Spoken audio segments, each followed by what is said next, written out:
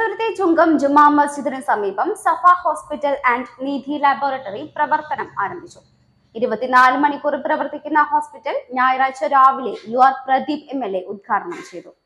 രോഗികളെ ഡോക്ടർമാരും ലാബും വീട്ടിലെത്തി പരിശോധിക്കാനും സഫ ഹോസ്പിറ്റൽ സൗകര്യമൊരുക്കിയിട്ടുണ്ട്. വള്ളത്തോൾ നഗർ പഞ്ചായത്ത് പ്രസിഡന്റ് ഷെയ്ഖ് അബ്ദുൽ ഖാദർ ഉൾപ്പെടെയുള്ള പ്രമുഖർ ഉദ്ഘാടനത്തിൽ പങ്കെടുത്തു. ജനറൽ വിഭാഗത്തിൽ doctor K Sharafuddin, doctor Sherin Shahana, ശിശുരോഗ വിഭാഗത്തിൽ ഡോക്ടർ PA നജീബ്, ഗൈനക്കോളജി വിഭാഗത്തിൽ ഡോക്ടർ റിൻഷി കരീം, മനഃശാസ്ത്ര വിഭാഗത്തിൽ doctor Saleema Sherin, physiatrist doctor NK Suvarna എന്നിവർ ഹോസ്പിറ്റലിലുണ്ടാകും.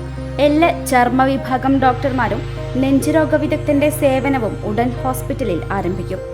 സൗജന്യ ഡോക്ടർ കൺസൾട്ടേഷനും ECG ഉൾപ്പെടെയുള്ള 50ഓളം പരിശോധനകളും ഉൾപ്പെടെ ഫുൾ ബോഡി ചെക്കപ്പിന് 499 രൂപ മാത്രമാണ് ഈടാക്കുന്നത്. ബുക്കിംഗിന് 9072100000. .view news. കാഴ്ചകളാണ് ലോകം. കണ്ടു തുടങ്ങുക.